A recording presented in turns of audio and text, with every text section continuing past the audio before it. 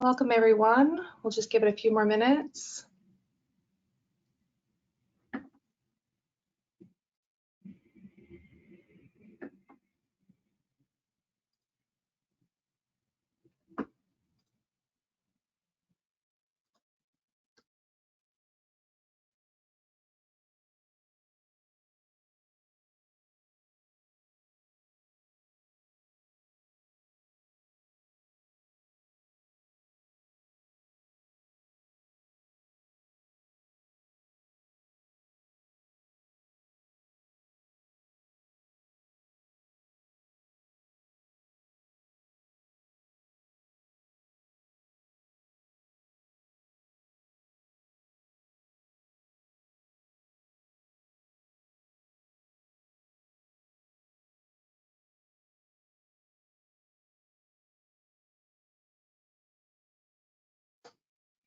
Okay, I think we can probably get started. Welcome everyone. Thank you for joining us today for Brickwork Basics, Getting Ready for Giving Tuesday. We're excited about this one. We're going to dive into a few additional topics. This is our second in our series in Brickwork Basics. And this one's going to talk a bit more about how you can get ready for Giving Tuesday. We're going to talk about online forms, automatic collections, some on-site donations and how you can manage that, and batch uploads. Today we have with us our Senior Sales Manager, Dave Redfern, and Partner Support Specialist, Erin Ravello, and they are going to walk you through a few things to get you ready for the end of November. Good morning, everybody. Thanks for joining us. Thank you, Jennifer. I'm looking at my list of people attending, and all I can see is it's Jennifer and Erin. So I'm assuming there's other people out there, but there are. Yeah. We have quite a few attendees online, so yeah. Fantastic. Okay, so I'm just going to show my screen here. So what I wanted to talk today is just go through a couple of bits of functionality that we have within Brickwork and Salesforce, and Erin is my counterpart on the customer care side in terms of how Brickwork works, and so he's going to be my safety net. So Erin, if you hear me say something that is blatantly untrue, just jump in there before I go tripping down the garden path with that. You got it. Okay. And the other thing I just want to point out is, look, sales is my thing. That's what I do. But most of the people that are here watching this, I'm assuming some of you will have a lot of experience of using Salesforce and Brickwork in a real environment as opposed to just selling it to people. So again, if you see a disconnect between what you experience in your real environment and what I'm talking about, feel free to type a message or ask a question. That's really helpful. That's what I want to do here. So the thing that I wanted to cover today is let's have a look. Let's go back to. There's a function within Aura, so our online form, that allows you to send customized links and pre-populated forms out to your donor base. And one of the things that I thought that you could use this for with Giving Tuesday, it's a great opportunity to either reconnect with donors that used to give regular amounts to you and then for whatever reason no longer do so, or to use Giving Tuesday as a way to get an extra donation, or to reach out to your friendly donors and get them to make a one-off donation to a particular cause that you're working on at that time. And so the great thing about pre-populated forms is it allows you to target the individual donor with a specific amount or a specific form, and then have them process that donation and for it to come in through Brickwork and sales into your Salesforce environment. So what I'm going to do first is I'm going to start off in our Salesforce environment here. So this is our test environment. And the first thing that I did, I thought, okay, so if it was me and I was using my existing environment, how would I find out who the donors are that I want to target? And so I'm going to use I did a quick report that would show me the lapsed donor list. So I'm going to give you an example of what I did, and then you can see whether that is applicable to how you operate your Salesforce environment. I realized that everybody's sales environment is different, and it's customized for the peculiarities and the unique things that go with your nonprofits. But this is how I did it in our environment.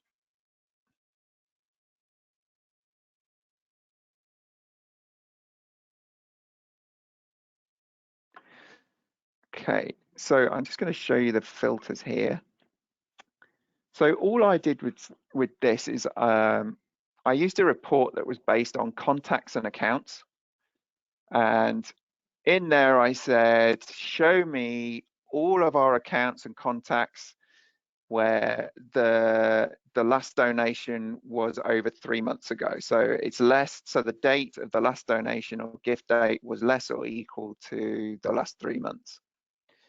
And then the rest of these were just really just going in there and getting rid of the test ones that we have in there, or if there wasn't any street information or any address information.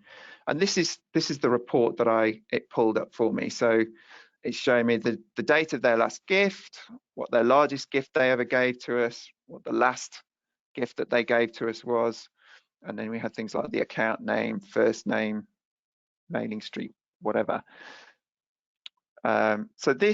So I'm going to use this. So I would say perhaps the largest gift or last gift would allow me to determine what kind of amount I'm going to pitch to them and say what's the one that I'm most likely to get success with these particular donors. And then the rest of the information in there, by uploading this information, and I'm going to show you how to do that in a minute, but by uploading this information into the pre-populated form, it's going to help me with the contact matching. Because the last thing I want to do is send out a bunch of donation requests to my existing donors and then have them come back and create new contacts, new accounts within my Salesforce environment. I want them to match up to the existing contacts that they came from.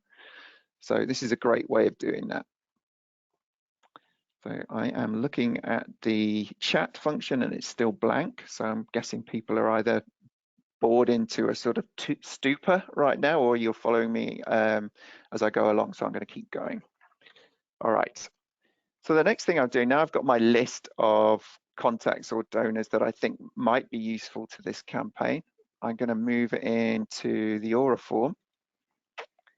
And I built a form in here. So I'm assuming that everybody watching this is familiar with our virtual terminal and how it looks, but maybe I shouldn't do that. So I'm just going to go to the home screen. So those people that perhaps aren't using Brickwork right now or are fairly new to it, you can access your Aura form through the virtual terminal. So this comes with the credentials that we send out when you open a merchant account with IX Payments. Everybody gets a login and it gives you access to this screen here. You have the ability to run reports that show just the transactions that pass through our gateway, and it also gives you access to the Aura form. So I'm going to click on the Aura form here. So first thing I'm going to do is select my Aura form that I created earlier.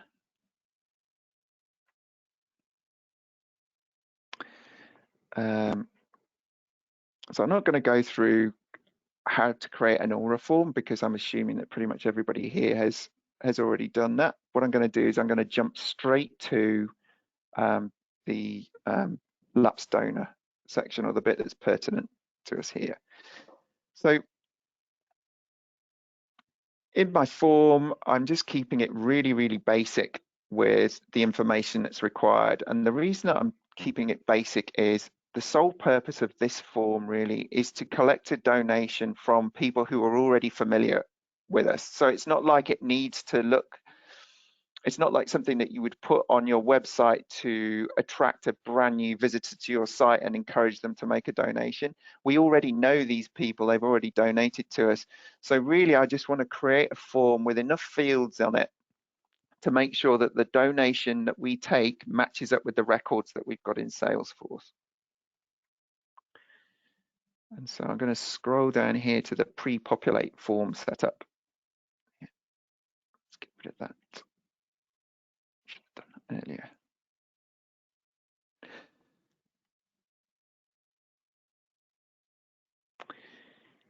So the way that this works is I can upload a CSV file with information about donors, and I can connect that information I've uploaded to a unique identifier. And then with a combination of the unique identifier and a link to the form, and don't worry, I'm going to go through and show you how you do this in a minute. But with that, I can then send out those unique, it creates a unique URL, and I can send that out to each of my donors, and then they can click on that and it will populate them with the information that I've supplied in the form that I've just created. So you can download an example of the file here, and I think it might be useful if I just download it so you can all see what that file looks like. So I'm just going to call that up here.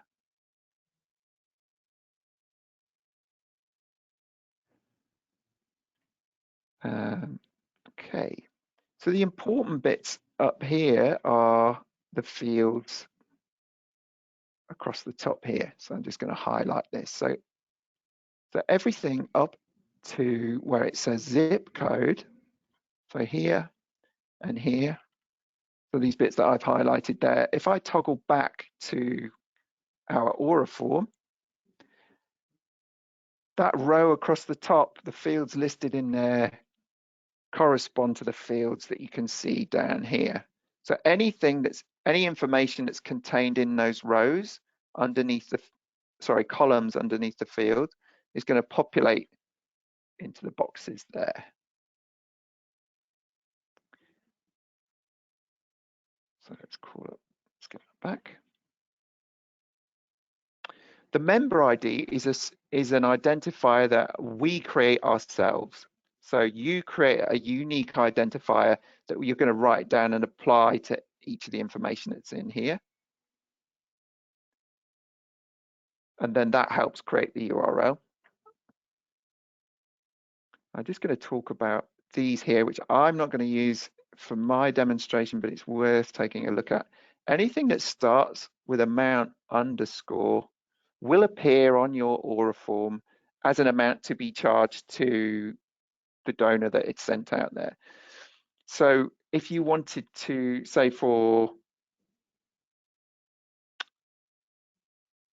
if you wanted to set it up so as a membership, and you just saying, right, okay, your membership fees are due and these are the fees, and you could detail them on the form, and all they need to do is put in their payment information and the correct amount will be charged to their card. This is how you would do that. If you don't put anything in on the row there with amount and underscore followed by the title there, nothing will appear in the form. So I'm just going to get rid of that template there. I'm going to move over this one here that I prepared earlier.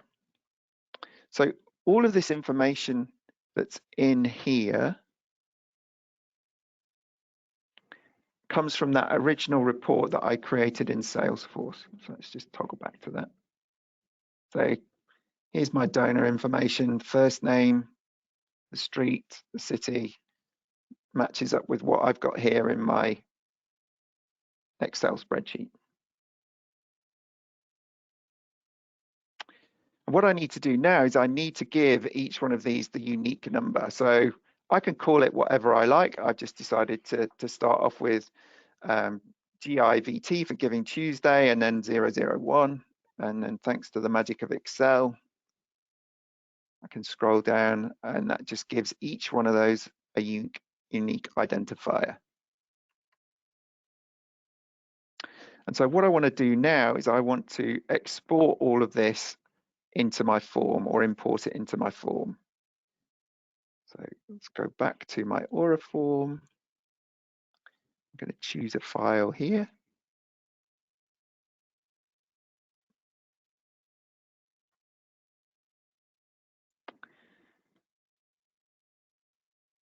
I'm going to upload that. And here it tells me that I've imported 18 records. None of them have been rejected.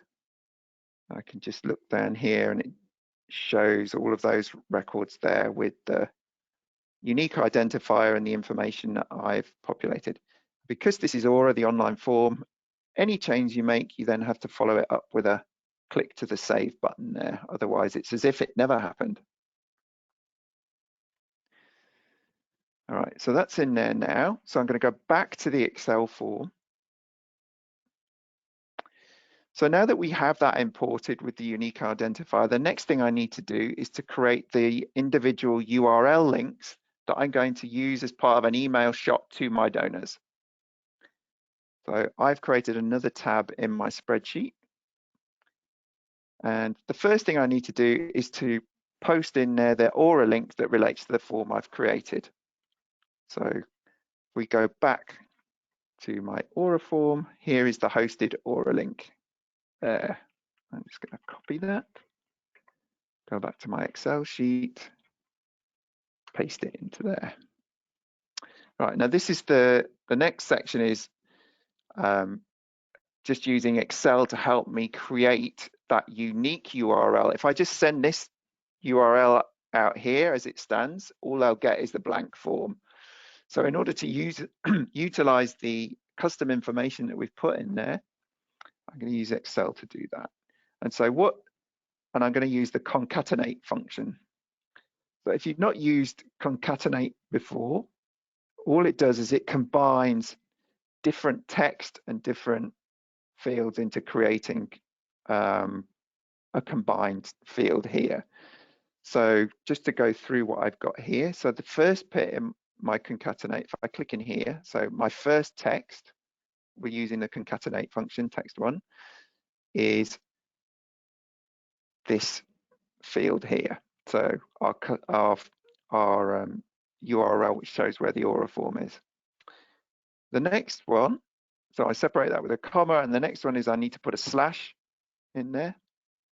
So text 2, and then text 3 is the unique identifier. So it's saying, look in the tab here, lapse donor information, and go to this cell here. And that gives us the combined donor link there. I've just put this in as a thing on there just to help me work out which one it's for. And I'll just scroll down here like that. We don't need those.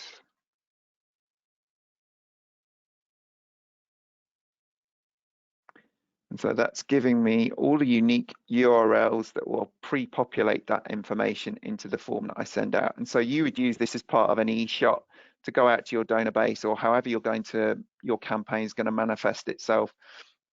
As long as that link's in there, it's going to help them. Okay, so let's choose Shirley Doubtfire. I'm going to copy that link there. I'm going to create a new tab here. Form. Let's go there. Okay, so this is the form that I've created. It's pretty basic. I do apologize. It's not my forte, arts and crafts or making things look beautiful. Hence why I'm not sharing my face. But just on here, it gives you two examples. They could go for a $50 amount, and you could put as many in there as you like with the Aura form, or you could click on donation amount and they can put in any amount that they want to put in there. So let's just go $12.34. It's already populated all of their information into the cells. You could put a message in there if you wanted to. There's no mobile associated with it, or there's no phone number associated with this, so that's blank, but you could put in a message saying please confirm details are correct if you wanted to make sure that they were updated properly. Okay, and let's put some card details in there. Let's see where we are. Okay, so that transaction has gone through. I'm going to go back into Salesforce now, and I'm going to see whether it's come through or not. Let's see whether I can find it.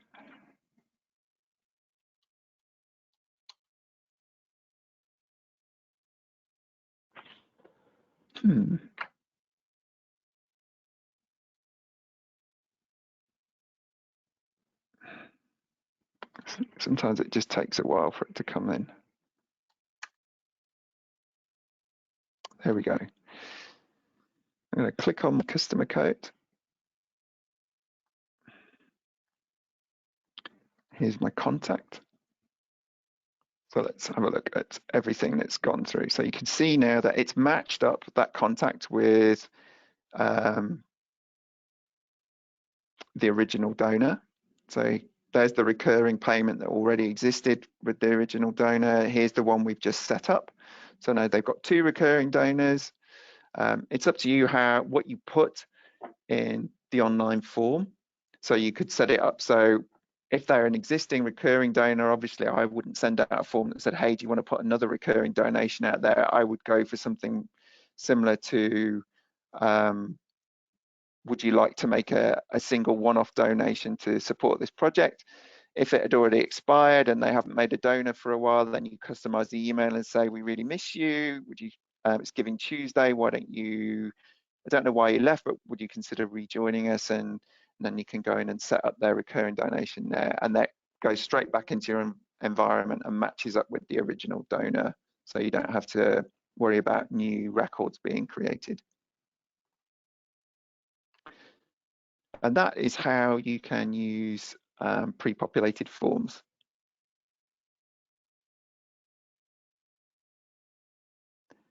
Does anybody have any questions about that? I do There hope doesn't seem to be any everybody's... questions in the box, so you can keep going.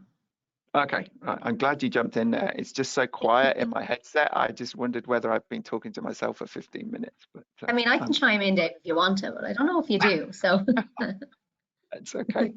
So there's a couple of other functions that I just want to bring attention to in case people weren't aware of them.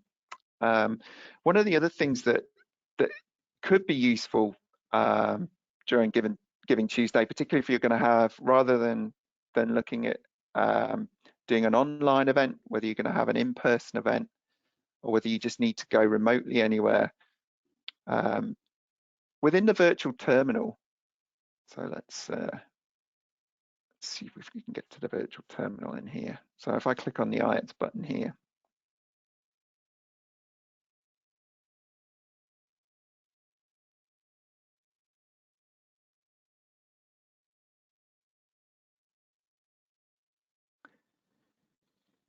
so one of the things that people perhaps don't realize is that in addition to just being able to key in information about people and take a payment in the virtual terminal, we also have,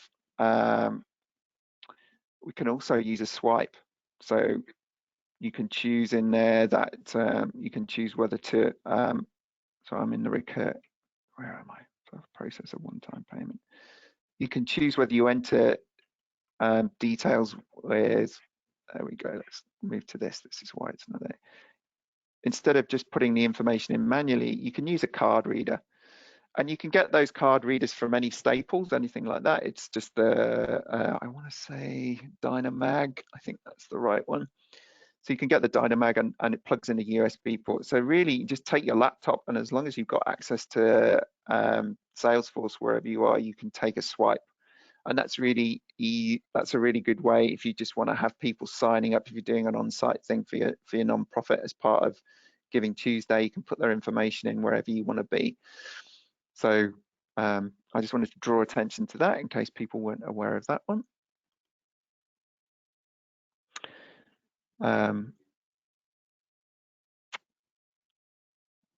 The other function that I wanted to talk about is the batch upload tool. I'm not going to demonstrate it because it's really something that is quite complicated, but it's worth knowing about. And perhaps we can do it in a subsequent, in one of the other webinars.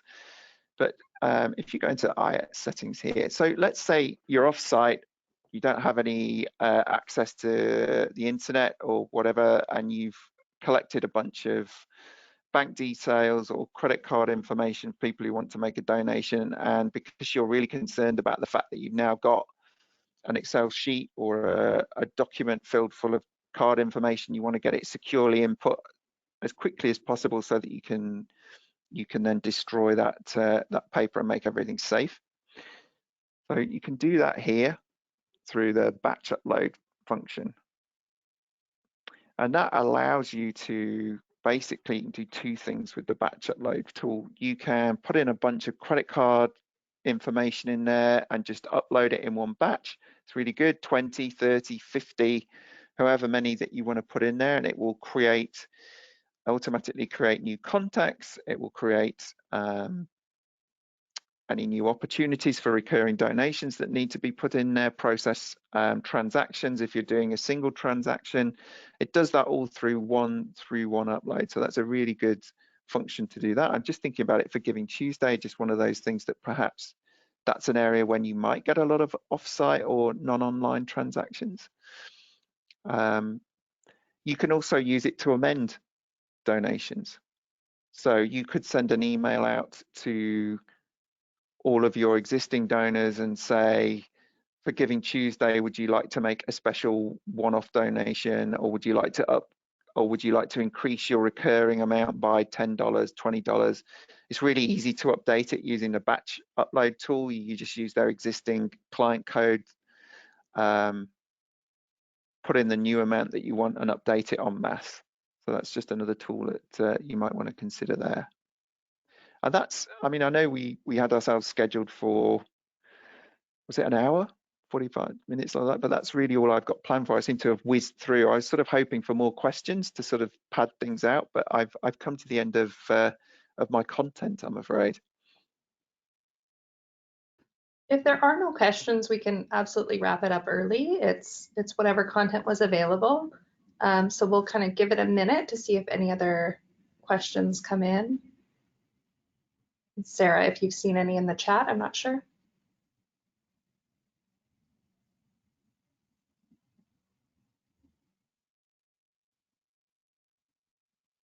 The reassuring silence. Sorry, yeah, I'm trying to move the screens around, but yeah, no, it seems that there isn't too many questions yet coming in. There is, hang on a second, we have one from Stuart. Are there documented step-by-step instructions of what we're being shown today for later reference? There are, not only is it documented, there's also some good YouTube videos that are out there as well, that show you how to, particularly with it takes you through each of the steps for the customized forms, the upload of data into the forms. It's how I learned how to do the demo, so I can recommend that. And we can get those links sent out to everybody. Yeah, it's if you just go to the IETS payments page and look in the documentation, it's in there.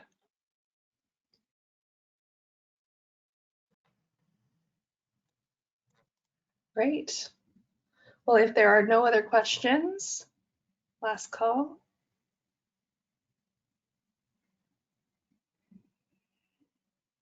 I think that's it. Well, I will thank Dave and Aaron for being with us today and sharing how to get ready for Giving Tuesday. As always, our team is available for questions. We take requests for future webinar series, so feel free to reach out via email addresses that you will get in the post-event communication. We'd love to hear from you. Thanks, everyone. Thanks, everyone.